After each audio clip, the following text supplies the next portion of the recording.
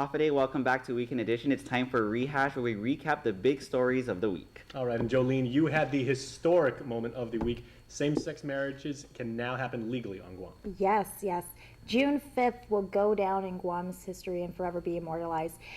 Judge Frances Tidingo Gatewood, she heard the motions for preliminary injunction and summary judgment presented by the plaintiff's legal counsel. And while they presented a very strong argument, the defense, which is Governor Eddie Bazacavo and Carolyn Garrido from the Public Health's Vital Registrar, their attorney, Mike Phillips, really presented no opposition to the matter. And so it really came down to a case within the Ninth Circuit that states if a ruling is made in the Ninth Circuit, then the District Court of Guam must abide by it.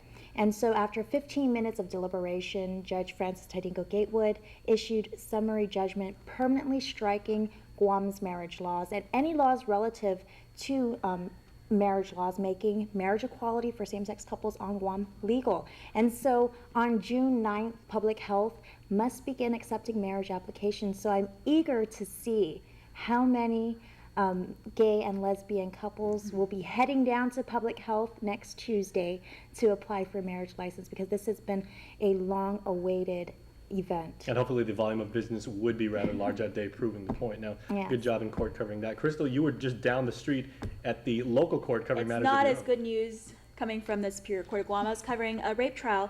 Edison Santos is accused of raping one of his Dededo housemates. It's an interesting case because it's her word against his, and in this case, the victim, the alleged victim, is hearing impaired. And so the arguments are that perhaps they were in a dating relationship, but was it consensual? So it's up to the jury to decide now. Again, he says they were dating. She says they weren't. He said, she said.